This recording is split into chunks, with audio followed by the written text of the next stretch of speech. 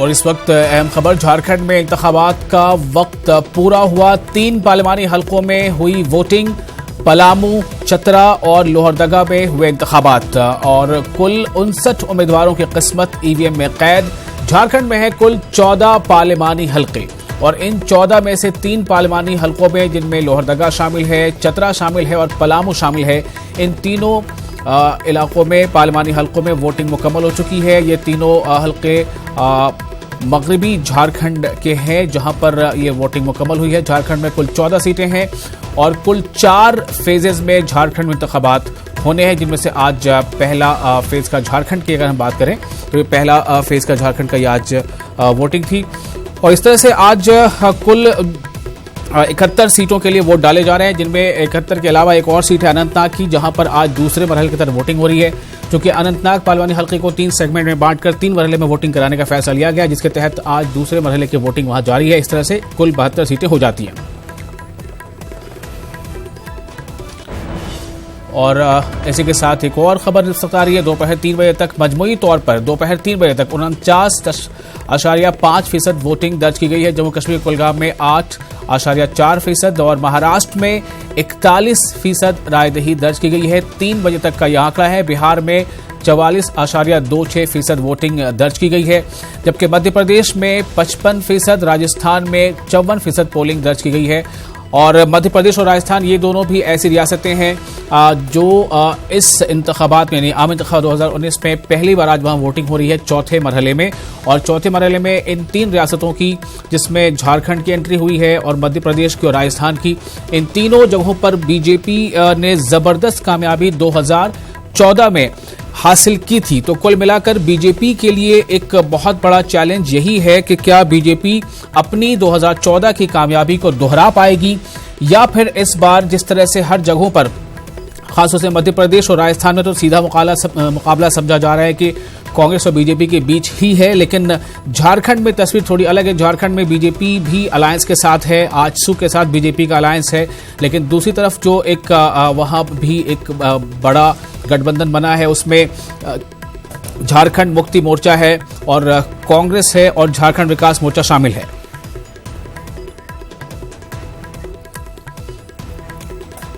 और हम आप सीधे रुख करते हैं अपने नुमाइंदे बृजमोहन का, जो हमारे साथ बेगूसराय से जुड़े हुए हैं। और जाहिर सी बात है कि बेगूसराय इस बार का बहुत ही ज़्यादा सुर्खियों में रहने वाला ये पार्लिमानी हल्का बन गया है, चूँकि वहाँ से कन्हैया कुमार ने चुनावी मैदान में इस बार अपनी किस्मत आजमाई है। बृजमोहन, इससे पहले भी हम आपसे बात कर चुके हैं, एक बार फिर आपके पास आ रहे हैं इसी सवाल के साथ कि बेगूसराय की कहानी क्या कह रही है और क्या जितना ज्यादा मीडिया अटेंशन बेगूसराय को मिला है, क्या ये अपने आप में अनोखा नहीं है? इसकी वजह क्या रही? बिल्कुल विशाल, ये बेगूसराय की जो सीट है कई कहानी कहती है।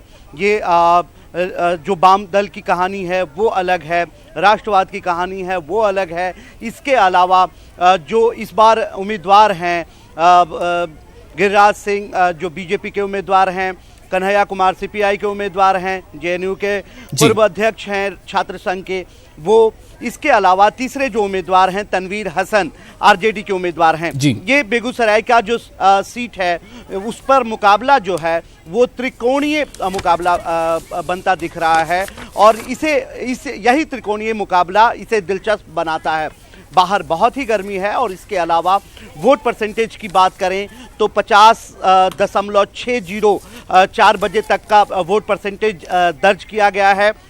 यहाँ शुरू से ही ज़्यादा वोट परसेंटेज, लोग ज़्यादा वोट करते हैं, जागरूक उम्मीदवार होते हैं, जागरूक मतदाता होते हैं, लगातार वोट करते हैं। और आपको बता दें कि जहां हम अभी खड़े हैं वो एक ऐसा बूथ है जो पूरी तरह से इसे आदर्श बनाया गया है ताकि वोटर जो हैं वो ज़्यादा से ज़्यादा संख्या में आ सकें। और अभी 4 बजे के बाद का वक्त हो चुका है विशाल, और आप देखिए वोटर अभी भी आ रहे हैं।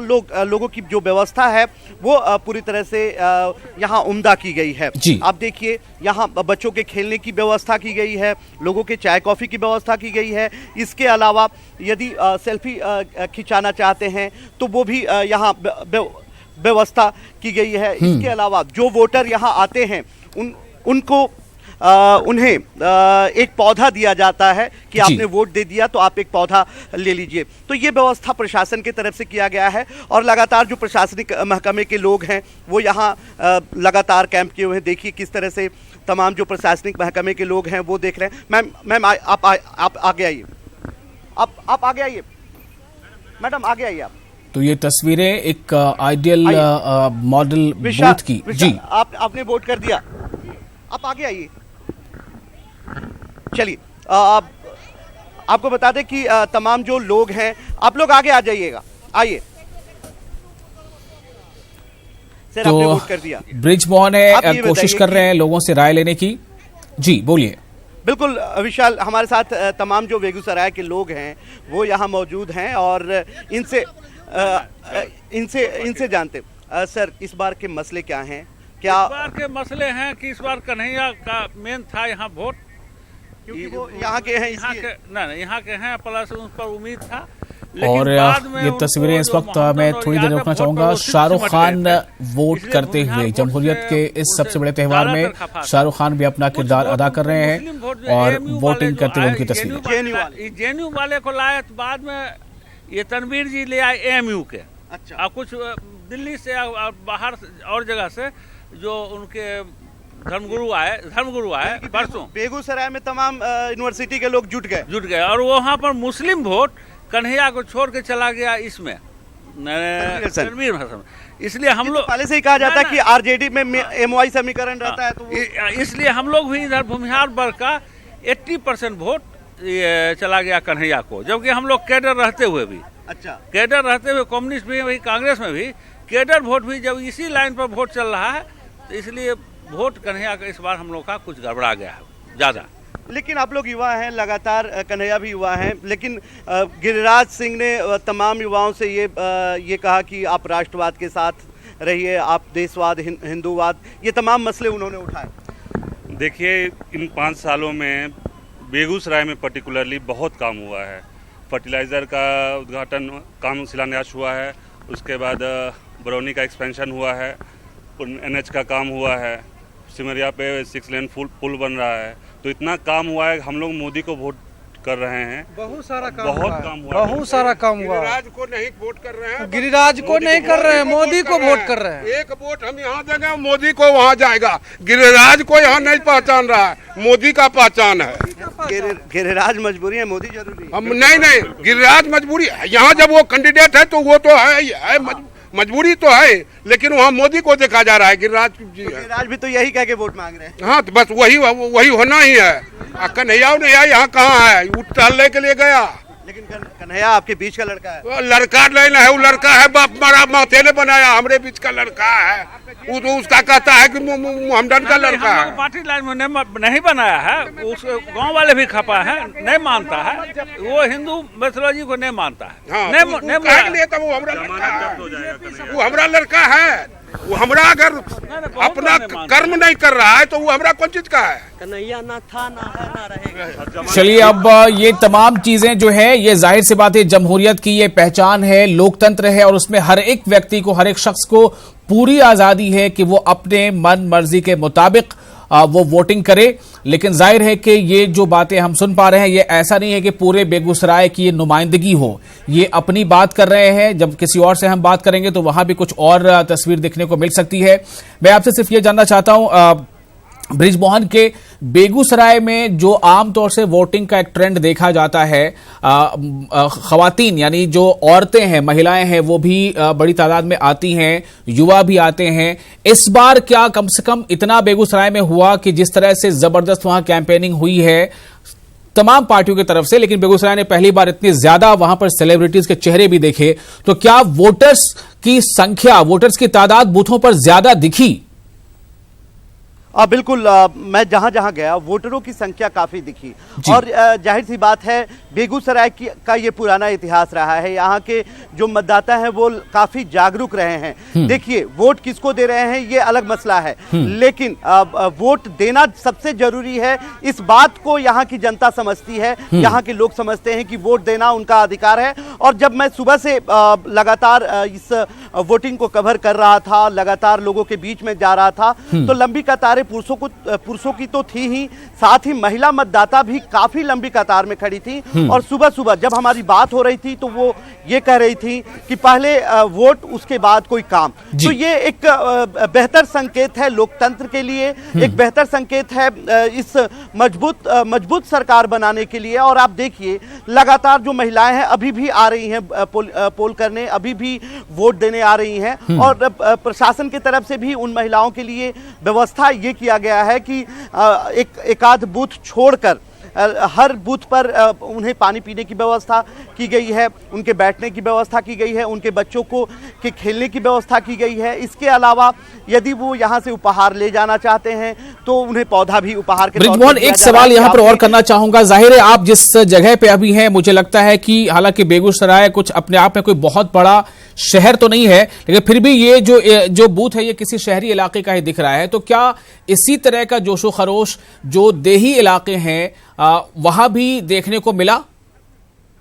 बिल्कुल, मैं सुबह जब बिहट में गया था, कन्हैया का गांव है ये, इस गांव के बारे में मैं बता दूं अपने दर्शकों को कि ये बिहट गांव जो है वो 22 टोलों का गांव है। लगभग 30,000 मतदाता इस पूरे बिहट गांव में है और कन्हैया उसी गांव के रहने वाले हैं। और जिस बूथ पर कन्हैया ने वोट डाला वो कन्हैया का स्कूल हुआ करता था। जाहिर सी बात है उनके लिए ये ऐतिहासिक पल होगा कि जिस स्कूल से वो पढ़े उसी स्कूल से वो JNU गए, JNU से छात्र संघ के अध्यक्ष बने। उसके बाद वापस जब बेगूसराय आते हैं तो यहाँ CPI के उम्मीदवार बनते हैं और उसके बाद वो अपने ही स्कूल में जाकर पोल करते हैं। बृजमोहन, आप बने रहे, मैं थोड़ा अपने मेहमानों के पास भी चलूंगा। हमारे साथ नवीन कुमार हैं, बीजेपी के तर्जुमान, और सैफ खान है, कांग्रेस के लीडर। नवीन जी, आपसे मैं सवाल करना चाहूंगा, थोड़ी ताखिर हुई आप तक आने में। ये जो कुछ बेगूसराय से अभी हम सुन पा रहे हैं, जाहिर है आपको अच्छा लग रहा होगा। क्या आप उम्मीद करते हैं कि बेगूसराय में फिर से एक बार गिरिराज सिंह ने जो कामयाबी नवादा में हासिल की थी वही यहां भी हासिल करेंगे? मेरे से सवाल है आजम साहब, मेरे से सवाल है। आपको आवाज मिल पा रही है नवीन जी? मेरा सवाल ये है कि अभी जो बातें हम बृजमोहन से कर रहे थे और बृजमोहन ने जो वहां के लोगों से बात की है उनकी आवाज मैंने सुनी, धन्यवाद। जी बोलिए। मेरा ये कहना है कि जो गिरिराज सिंह जी ने जो आपने बताया है कि बेगूसराय में कामयाबी हासिल करेंगे, निश्चित तौर पर जी। और मैं आपको बता दूं, केवल जैसे कि उत्तर प्रदेश और मध्य प्रदेश, राजस्थान में जिस प्रकार से पिछले कुछ समय में भी भाजपा का ग्राफ, उत्तर प्रदेश छोड़ के मध्य प्रदेश, राजस्थान जहां हमारी सरकारें नहीं थी और चली गई, वहां पर भी जिस प्रकार से पिछले 3 महीने में दोबारा से भाजपा का बड़ा ग्राफ बढ़ा है, उसी प्रकार से उत्तर प्रदेश और बिहार में भी हम बहुत अच्छा करने वाले हैं और महाराष्ट्र में भी। क्योंकि जो गठबंधन है जो बना हुआ है वो आपस में किसी का कंसेप्ट क्लियर नहीं है और वहां के लोग नहीं चाहते कि विकास की बहार को रोका जाए। आज के समय में निश्चित तौर पर जो नैरेटिव देश में नेगेटिव नैरेटिव, नकारात्मक राजनीति पिछले 4.5 वर्षों में विपक्ष ने की है, उसके कारण वही हाशिए पर है। आज मुझे बताइए 4.5 वर्षों में विपक्ष की भूमिका निभाते हुए कोई सकारात्मक राजनीति का एक भी संकेत आपको याद हो तो बताइए कि उस समय विपक्ष ने दिया। आपके लफ्जों में नकारात्मक राजनीति या सकारात्मक, ये तो अभी सैफ साहब से पूछूंगा, लेकिन 4.5 वर्षों में जो असेंबली इंतखाबात हुए हैं उसमें हिंदी हार्टलैंड कहे जाने वाले मध्य प्रदेश, राजस्थान और छत्तीसगढ़ में कामयाबी मिली है कांग्रेस को। मध्य प्रदेश, मैंने आपको पहले बताया जन साहब कि जो मध्य प्रदेश, राजस्थान, छत्तीसगढ़ में कांग्रेस ने कहा था कि हम किसानों के कर्जे माफ कर देंगे विद इन 10 डेज, और ये भी कहा गया था राहुल गांधी ने कि अगर किसानों के कर्जे माफ नहीं किए तो मैं मुख्यमंत्री को बदल दूंगा। ये भी कहा गया था कि हम 4,500 रुपये बेरोजगारी भत्ता देंगे, और ये भी कहा गया था कि 10 लाख रोजगार हर महीने देंगे। मुझे बताइए कोई एक भी रोजगार इन राज्यों में मिला हो तो? चलिए, तो मैं अभी सैफ साहब से पूछूंगा, लेकिन आप जो कह रहे हैं इसका मतलब साफ है कि अगर वादे पूरे नहीं होते हैं तो उसका असर पड़ता है, आप ये मानते हैं। सैफ खान हमारे साथ हैं, कांग्रेस के लीडर, क्या कहेंगे आप? मेरे को अगर आप मेरी मौका चाहूंगा आप इल्जाम लगा रहे हैं कि कांग्रेस नकारात्मक। आजम साहब, अगर आप सवाल पूछा तो मेरा 10 सेकंड दीजिए। 3 महीनों मेरा में सवाल सुन लीजिए, उसके बाद में शांत हुआ भी था तो वो ग्राफ अप हो गया है। ठीक है ना, मेरा ये कहना तू मैं मौका चाहूंगा क्योंकि सवाल मुझसे पूछा गया है तो मैं आपके बीच में नहीं बोला था, बिल्कुल चुपचाप रहा था। मैं ये कह रहा हूँ मेरा सवाल आप ही से है, आप जवाब दे देना। सुनिए मैं पहले जो पूछा गया सवाल उसका जवाब दे देता हूँ, पहले उससे शुरुआत करता हूँ, फिर जो आपने भी पूछा है आप जो पूछेंगे उसका भी जवाब दूंगा। पहली चीज आपने कहा कि हमारा जो ग्राफ बढ़ा है मध्य प्रदेश, छत्तीसगढ़ और राजस्थान, मैं जानना चाहूंगा कि उसके बाद कोई क्या बाई इलेक्शन हुआ था या कोई और पोलिंग हुई थी क्या असेंबली इलेक्शंस के बाद? ऐसा कोई और आंकड़ा तो सामने आया नहीं। जो आप अभी क्लेम कर रहे हैं कि वहां पे जो है आपका वोट शेयर बढ़ा है, लास्ट इलेक्शन जो है विधानसभा के रिजल्ट जो है वो आपके बिल्कुल ऑपोजिट आए थे। जहां आपकी तीनों राज्यों में सरकारें थी वहां इन तीनों राज्यों से सरकारें चली गई, तो वोट शेयर हर जगह से आपका नीचे हुआ है। मुझे मालूम नहीं कौन से जरिए या कौन से आंकड़ों के लिहाज से आप जो है अपना वोट शेयर बढ़ा हुआ नजर आता है या दिखा रहे हैं। बहरहाल आप अभी कामयाबी की बात कर रहे थे कि हम जो है ये कर रहे हैं, साहब ये कर दिया। 31 जनवरी 2017 यानी 2018 की शुरुआत ही आप समझ लीजिए, पिछले साल आप 2019 चल रहा है, जनवरी लिस्ट ऑफ अचीवमेंट्स लेके आती है, इनकी चीफ इकोनॉमिक एडवाइजर लेके आता है। लिस्ट ऑफ अचीवमेंट्स क्या है गवर्नमेंट की, जरा पे नजर डालिएगा। आधार, एफडीआई, जीएसटी, यूपीआई, कोई भी बनाई हुई अपनी योजना नहीं है भारतीय जनता पार्टी की। ये बात करती है फिर कि हमने कामयाबी दी है। बहरहाल मैं ये बताना चाहता हूं इन टर्म्स ऑफ एजुकेशन, क्योंकि एक एक करके बात करें तो ज्यादा ठीक लगेगा। हम एक साथ जो है ओवरऑल क्योंकि हवाओं में बात करने में भारतीय लेकिन सैफ साहब मैं थोड़ा सा आपको रोकना चाहूंगा। मैंने दरअसल नवीन जी से पहला सवाल यह किया था कि बेगूसराय में क्या गिरिराज सिंह को कामयाबी मिलेगी, जबकि गिरिराज सिंह का इस बार सीट जो इलाका है वो बदला गया है। सैफ साहब थोड़ा सा इसका जवाब दे दीजिए, फिर मैं आपकी बातें भी सुनूंगा। और मुझे उन्होंने सीधे तौर पे कहा है कि उन्हें पूरी कामयाबी का पूरा यकीन है कि बेगूसराय से गिरिराज सिंह कामयाब होंगे। कांग्रेस के नाते मैं आपसे पूछना चाहता हूं, क्या आपको लगता है कि अजीम इत्तेहाद के फोल्डर में कन्हैया का नहीं आना या अजीम इत्तेहाद का जो सीपीआई के कैंडिडेट के मुकाबले में खुद को अपने कैंडिडेट को नहीं हटाना, क्या एक चूक हुई है? क्या आप इसे मानते हैं? नहीं, देखिए Indian national Congress independent election लड़ने में सक्षम रही है। चाहे वो आप गुजरात का एग्जाम्पल ले लें जहां मोदी जी अपनी विधानसभा हार गए, अमित शाह जी इनके राष्ट्रीय अध्यक्ष अपनी विधानसभा हार गए। हम तो इतने मजबूत हैं कि 85% बाय इलेक्शन हार गए। जहां जहां हमारे प्रत्याशी खड़े हो रहे हैं वो जो है कामयाबी उनको मिल रही है। जनता मैंडेट दे रही है क्योंकि जनता देख चुकी है। नौकरियों की बात कर रहे थे कि आपने जो है किसानों को नहीं दिया।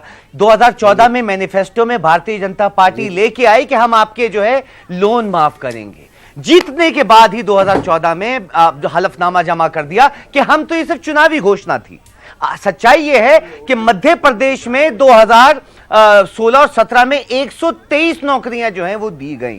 लेकिन सैफ साहब मेरा सवाल फिर से आपके पास आएगा। नवीन कुमार जी के जवाब से मेरा सवाल ये उन्होंने सीधे तौर पर आपने कहा है कि जो वादा कांग्रेस ने राजस्थान मध्य प्रदेश में किया था किसानों के कर्ज माफी का, वो नहीं किया। तो अगर वादे वो भी नहीं पूरा करते हैं और आप भी नहीं पूरे करते तो फिर फर्क क्या रह जाएगा?